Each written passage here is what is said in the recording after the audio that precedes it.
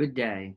My name is Timothy Malone, and this is an advocacy pitch video prepared for a joint session of the U.S. Congress entitled An American Anti-Vaccination Epidemic, Federal Regulation of Vaccines Must Be Reevaluated.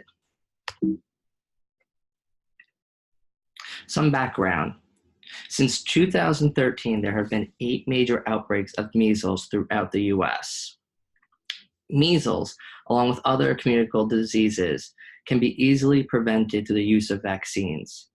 Vaccines have been able to help us combat these communicable diseases for over 300 years. Originally, vaccines were controversial in their development, as some vaccines, like varicella, were developed from fetal stem cells obtained from aborted fetuses. However, nowadays it's been scientifically proven that vaccines are safe and effective since there have been many advancements in medicine. The history of the anti-vaccination movement. The anti-vaccination movement can be traced back to 1763 when the French government ordered a ban of inoculations.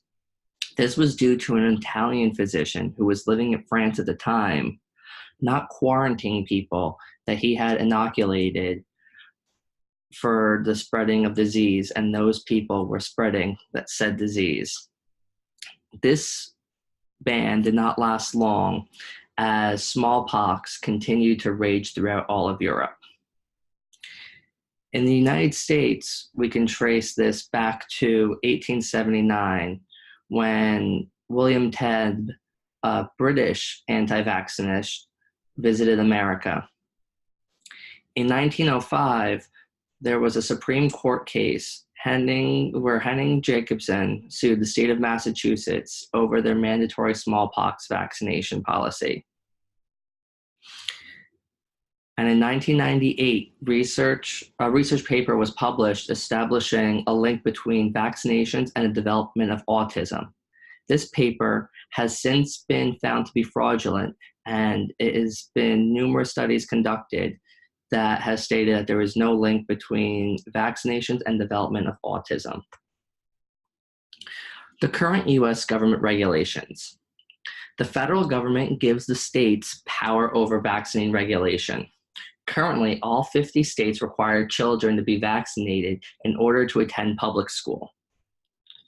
Now, in these states, exemptions can be given for medical exemptions, as well as philosophical or moral objections and religious objections. And now in 2019, we see individual states amending their policies based upon the 8 severe outbreaks that have occurred since 2013. Again, recapping from before, the Supreme Court in 1905, case of Jacobson versus Massachusetts, states can require the vaccinations in the name of public health prevention in an emergency. Also, the federal government does have mandatory vaccine requirements for individuals looking to immigrate to the United States. So there is a history there of federal regulation compared to state regulation. Here we have a map of the United States depicting which types of states have different exemption policies. As noted, all 50 states currently allow exemptions based on medical necessity. Observed, you can see California, Mississippi, and West Virginia only offer medical exemptions. They do not offer religious belief exemptions or personal belief exemptions. California made history with this after the 2015 outbreak of measles in Disneyland. And now if you look at New York, one of the 17 states that allows religious belief exemptions, they are facing an epidemic in Rockland County, where the county now has banned any unvaccinated minors from public places. What are other countries doing? Poland requires mandatory vaccinations, but it is easy for parents to receive exemptions. This results in certain areas having lower vaccination rates.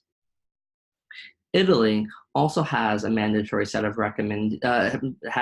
mandatory and recommended vaccinations for children.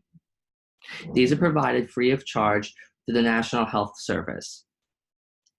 Italy plans to maintain 95% rates in both mandatory and recommended vaccines. This is accomplished in part due to parents being penalized for noncompliance.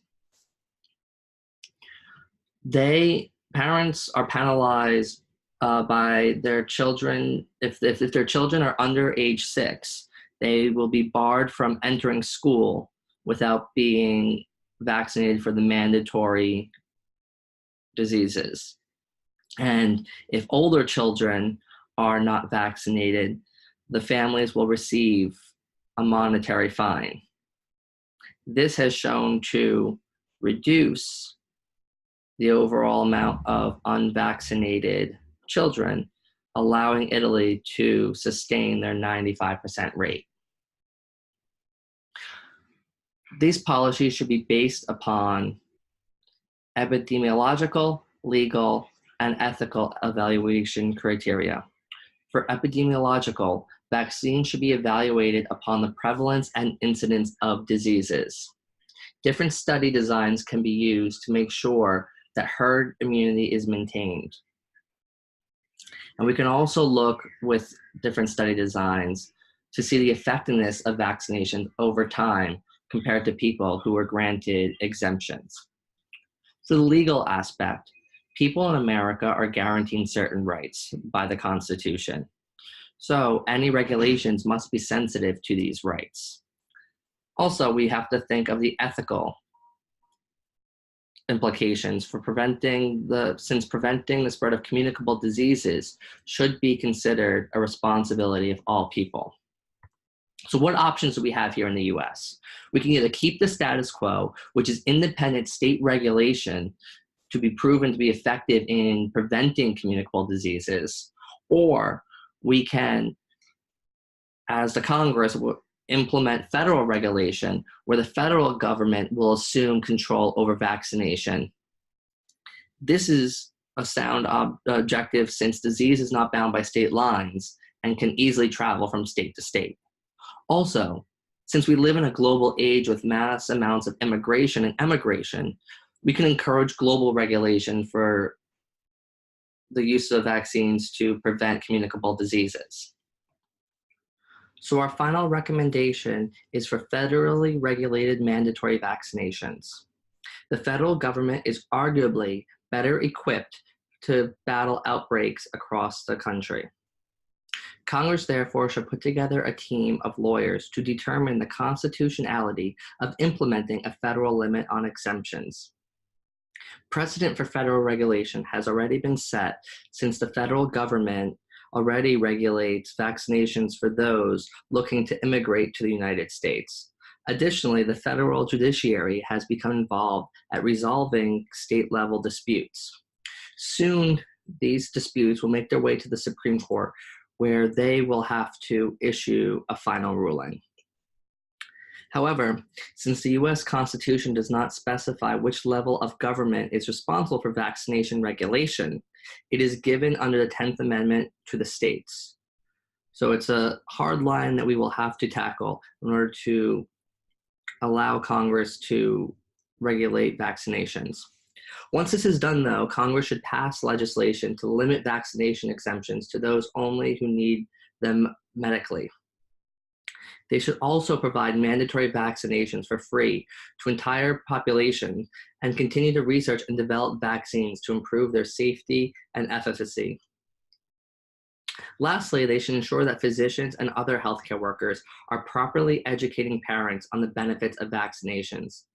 This fourth step is key, as in Italy, it was shown that parents rely heavily on the information that their pediatricians give to them, and their acceptance of vaccinations increased when the physician provided more adequate knowledge that they can understand. So in conclusion, the time to act is now. We have an anti-vaccination epidemic on our hands. Since 2013, there have been 8 outbreaks across the country of measles. This proves that in many areas of the United States, herd immunity is currently in jeopardy. We need to maintain adequate vaccinations in order to protect against these diseases to those who are medically unable to receive vaccinations or who have been vaccinated and are immunocompromised due to other ailments. The federal government must act in some way to ensure that the public remains safe and healthy. It is their duty. And here are some references. Thank you.